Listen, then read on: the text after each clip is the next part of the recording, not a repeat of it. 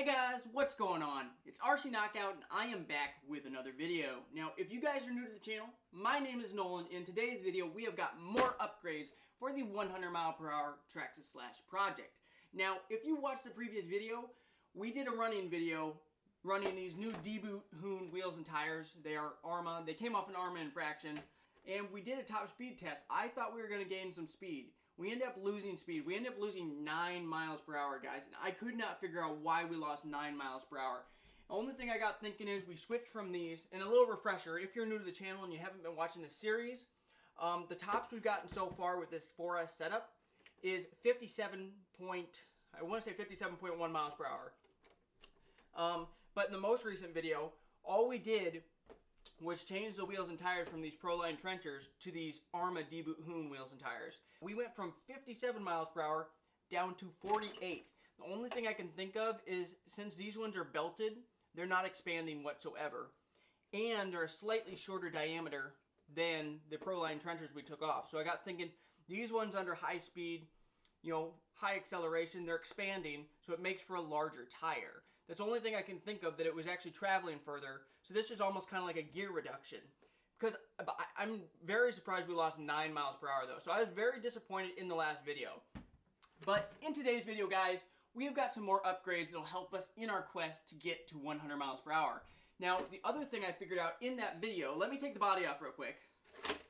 Other thing I figured out in this video, in the last video, is that we are not geared up high enough. Now, we're running a 4S setup, an SC8 ESC, which is just a rebranded Hobby Wing ESC. It's a 4S capable ESC. And we have got a 2200 kV Axial Yeti XL motor.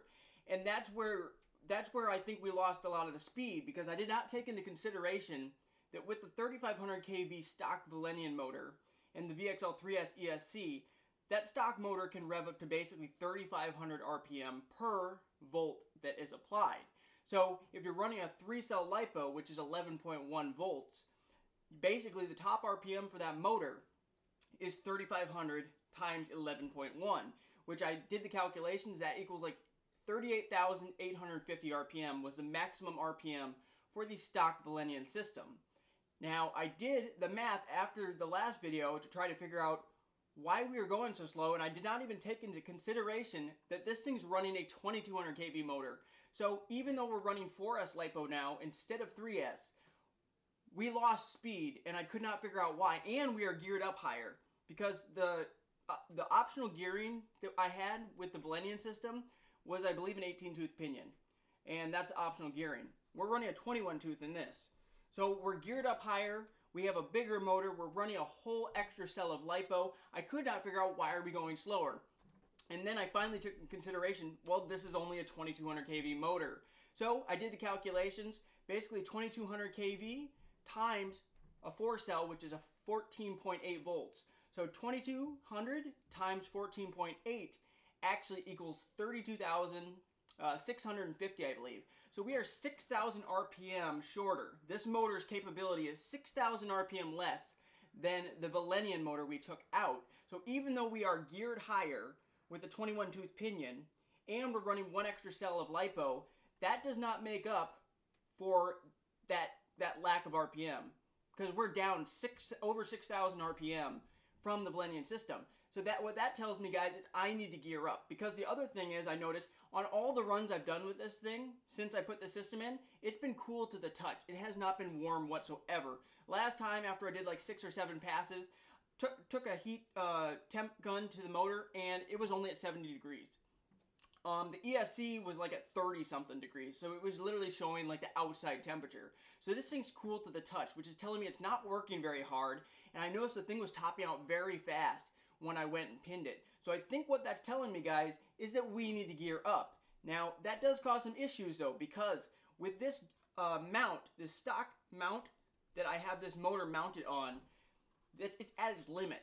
So I have that motor pulled as far away from the spur gear as possible, and 21-tooth pinion as large as we can run. So I had to figure out, what can we do to actually run a larger pinion? So that's going to kind of lead into the upgrades that we have for today, guys. So what are the upgrades that we have for today, guys? Let me show you real quick. Well, first off, guys, we have got this right here. This is a Hot Racing 34-tooth pinion, 32 pitch with a 5mm bore, because this is a 5mm shaft motor. So we're going to be jumping up from a 21 tooth to a 34, and that should definitely make some huge difference speed-wise going up by 13 teeth. But in order to run this pinion, we're going to have to change up something with the mount. So I bought this right here on eBay. Now this right here is it's a motor mount for big motors for a Traxxas Slash, but I had to buy this particular one because this one's for the low center of gravity chassis. There was a few other options out there that I could have used, but that was built for the high center of gravity Slash. So with the low center of gravity Slash, I was kind of limited on my options. So what we're going to do today, guys, is we're going to be installing this new mount, and I know the whole rear portion needs to come apart to install this mount, and then the motor's going to mount way higher. This motor's going to mount way up here, so it's actually going to bring the center of gravity up quite a bit, but it'll give us more room to be able to pull that motor further away from that spur gear. So that's what we're doing in today's video, guys, and then we're going to go out and test this thing in the next video. So let's go ahead and jump right in this video. Alright guys, so jumping right into this video, here's a little bit closer look at the actual pinion we're running. Like I said, it is a hot racing pinion. It's a 32 pitch gear, so same as what was originally on the Traxxas Slash, but I did have to get one that was different because the stock shaft on a Valenian motor is like a 3.175 shaft, I think, or 3.25 or something like that. So going to this bigger motor, we had to get a pinion that has a 5mm bore. And this right here is the mount. I will put a link in the description, and this is specifically for a low center of gravity chassis Slash. So basically for an Ultimate, or a Slash that's been converted over to the low center of gravity kit. Let's go ahead and jump right in this installation. What I'm going to do first is I'm going to cut this open. We're going to get the contents out. It looks like it's just two different aluminum mount pieces, and it looks like a couple screws and a couple nuts. So get this ripped open. Here's the two pieces we have. So then getting these little screws and nuts out. And this is basically what it is. It looks like a 2mm sunken head screw, and there is, it looks to be maybe a 15mm long screw, and we got a 2.5, I don't know if that's called a button head screw, and that also looks to be about a 15mm screw, and then two nuts. So I think what we're going to start off with, guys, is I'm just going to start disassembling the back portion, because I know the whole back needs to come apart in order to actually mount this up. I think what I'm going to do is I'm going to start off by just unplugging our motor wires. We have to remove these two screws right here and here. Those are 2.5mm. And then I think just these two down here, which are also 2.5mm. So let me find my 2.5mm. Got my 2.5mm right here. And there went one. Alright, and here's the second one right here. Then we can go to the bottom, and it's these two right here and here. Alright, and here's one, guys. And there's two. So those four screws are basically what holds it together. I'm also going to get this little 2mm off that's right here that holds the cover on over the pinion and spur gear. So that is a 2mm. Got that? Pull this little cover off right here. There, got that. And now I believe the whole back portion, I think, can just pull apart. And there we go. And our motor wires are getting caught a little bit. Got to pull these through. All right. There actually isn't directions that come with this, so I kind of have to figure it out on my own. I do know it's going to be somehow sitting in here. This right here, I know this part right here goes up over the drive shaft. So this is going to have to somehow sit down in here. I think what we're going to have to do is I'm going to have to undo that 2.5mm that holds the motor screw on. Alright, and we got that one out. That's the one that holds the motor on. So now our motor right here, guys, is completely loose. I think what we're going to have to do is I'm going to have to probably take these 2mm right here and here out. And there's two, guys. And then this right here will come out. This piece right in here, that comes out. I don't know if this wire is going to clear or not. And I don't even know if this telemetry wire is even working anymore now that I put this other ESC in. I think we're probably going to have to take that out. And I think to access that, we have to get we have to get the spur gear and slipper clutch assembly off. There we go, got it out. There's a 2mm screw right in there, and that's how we actually undo that bit that holds that on. Come on, there we go. So that came out.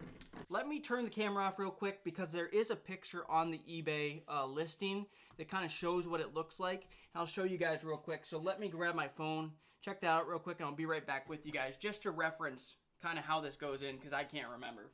Alrighty guys, so hopefully you can see this, but here's the listing right here. It's $32.99.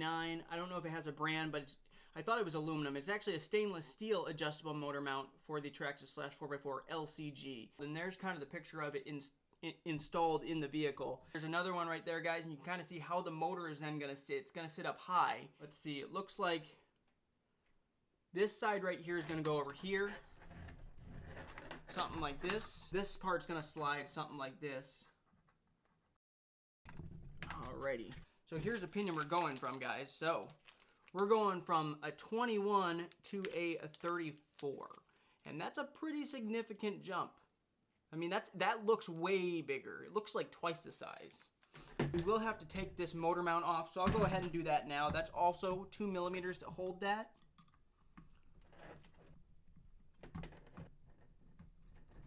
Set those aside, and here is our Axial Yeti XL motor. I think I might be drilling a hole in this, guys, because it doesn't look like, I don't know if you guys can see, but there's no hole right here. And that looks, at least I think that needs to mount to something, because there's no hole in either of those locations. We must need to drill some holes in this, guys. That's the only thing I could think. It looks like this piece right here is going to have to come out, and we're going to have to drill some holes in it. We have 2 up here and 2 down there, and I think this whole piece comes out, and I think that's what we need to take out. So let's go ahead. Got this one out, guys. There's another one right down here. Let me turn the RC a little bit so you guys can see a little bit better.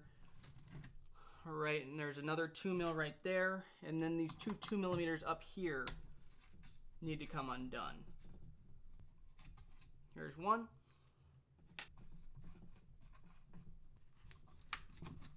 There we go, and this lifts out like such. And looking at this right here, this is going to go something like this. I think this one right here is going to have to come out. This I think that's a 2mm.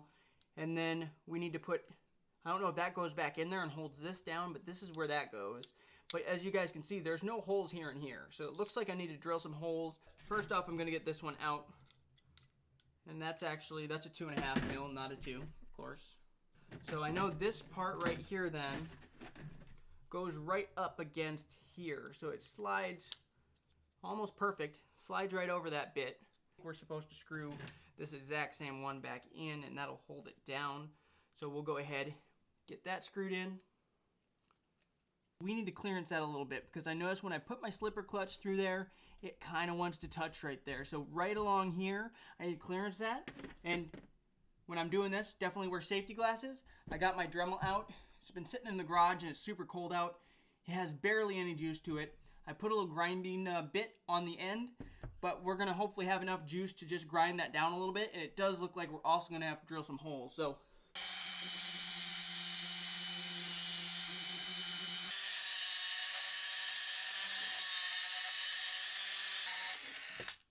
alright guys, so hopefully that clearance that enough where then it'll fit over this without the slipper clutch piece right here coming in contact with it, because the slipper clutch then needs to slide right through here, this bearing, and then it goes like such, and that was kind of touching, but I think now we have got just enough clearance right there, guys, right there, just a smidge of clearance. And now what I need to do, guys, is I need to put the other one in this hole, and then that'll line everything up so I can then drill the 2 holes right here and here. Okay, I got that one started.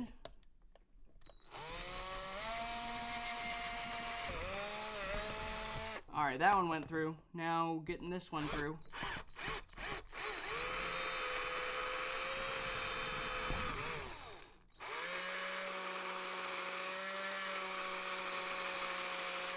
Another upgrade that I had planned for the next video is this center differential right here. Now this came out of a Traxxas Hoss. So this is a center diff, so it eliminates the slipper clutch. And the nice thing about this is it has a 54-2 spur gear on it that is a metal spur gear, which was something I was planning on doing anyway. And this cost about 60 bucks. This should just go directly in place of the slipper clutch.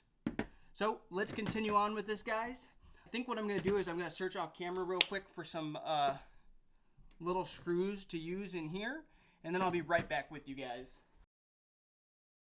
Alright guys, so while I was off camera, I did a bit more customization to make this work. Basically, you do have to drill 2 holes through here, but in the end, I did not put, I don't know if that's where the nuts were supposed to come through, because this nut right here, if I use the longer screw that came with this, it touches the spur gear, so we can't have that. So I installed 2 short sunken head ones, so they don't come all the way through, and that's what I actually have holding this one and this one on. Then I found this screw right here, used one of the nuts they provided on the back side, and that's actually how this is going to swivel. Now right along here, that's where I actually had to clearance. I also put a new bearing in, by the way. This bearing has definitely some grit in it, so I decided to put a new bearing in there. I think I'll do a few of the stuff off camera real quick. I'll be right back with you guys to show you what I've done. Alright guys, I went off camera for a bit longer to try to just figure this out, just for the sake of the length of the video. I had to do some of the stuff off camera, but basically I got this pretty well mounted back in. I do have the center differential in, and everything appears to line up. It doesn't look like there's going to be any touching of any kind. I think all I have to do now is I need to get the pinion on, which I got right here, the 34 tooth, and we have to get the motor hooked on. So let me see, I'll try to do that for you guys right now. Get that one started. Yeah, nothing really just goes in like it's supposed to, guys. I've kind of learned that with aftermarket parts. You can't really expect stuff to be, you know, I guess plug and play or just like, you know, a perfect fitment.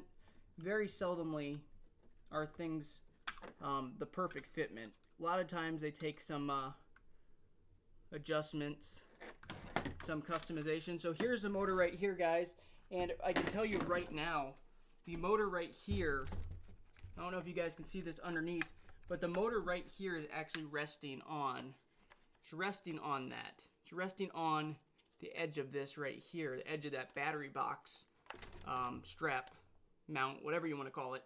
It's on that. So let's see with the pinion on if we're going to clear that or if I need to clearance that. Okay, so we got 2 grub screws, one on the bottom, one on the top. Okay guys, that took a bit of work, but I am finally done. I think I got the gear mesh set pretty decent. The thing I did do was I did have the motor wires wired right through this hole in the back of the shock tower right here.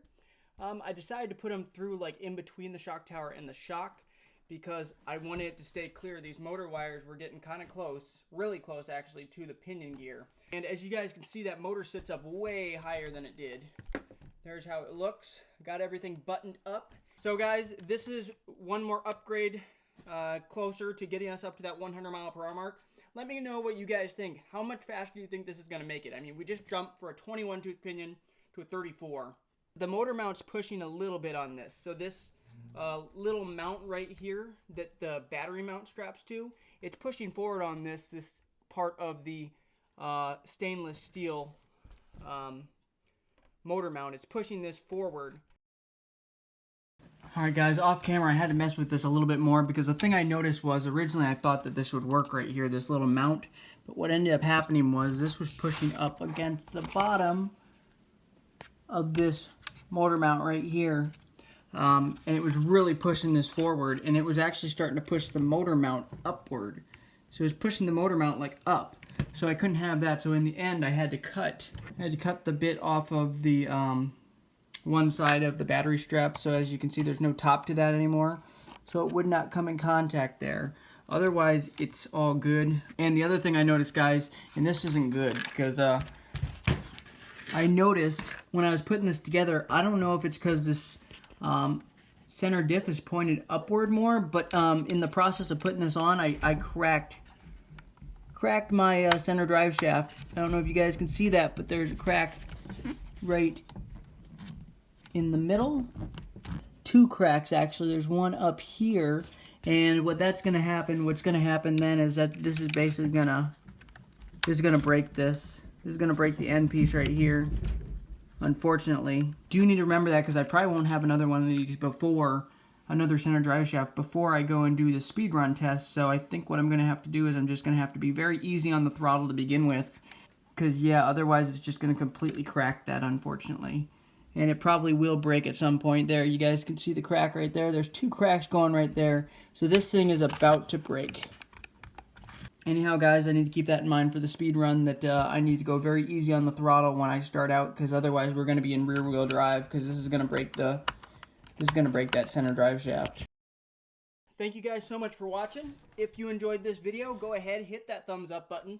Also, make sure to subscribe to the channel and hit that notification bell so then you'll be notified when I come out with more videos, because the next video you're going to see on this is a running video. Also, guys, let me know in the comments, what do you think this is going to hit top speed-wise? I'm thinking this should at least put us over 70, I think. Let me know what you guys think in the comments.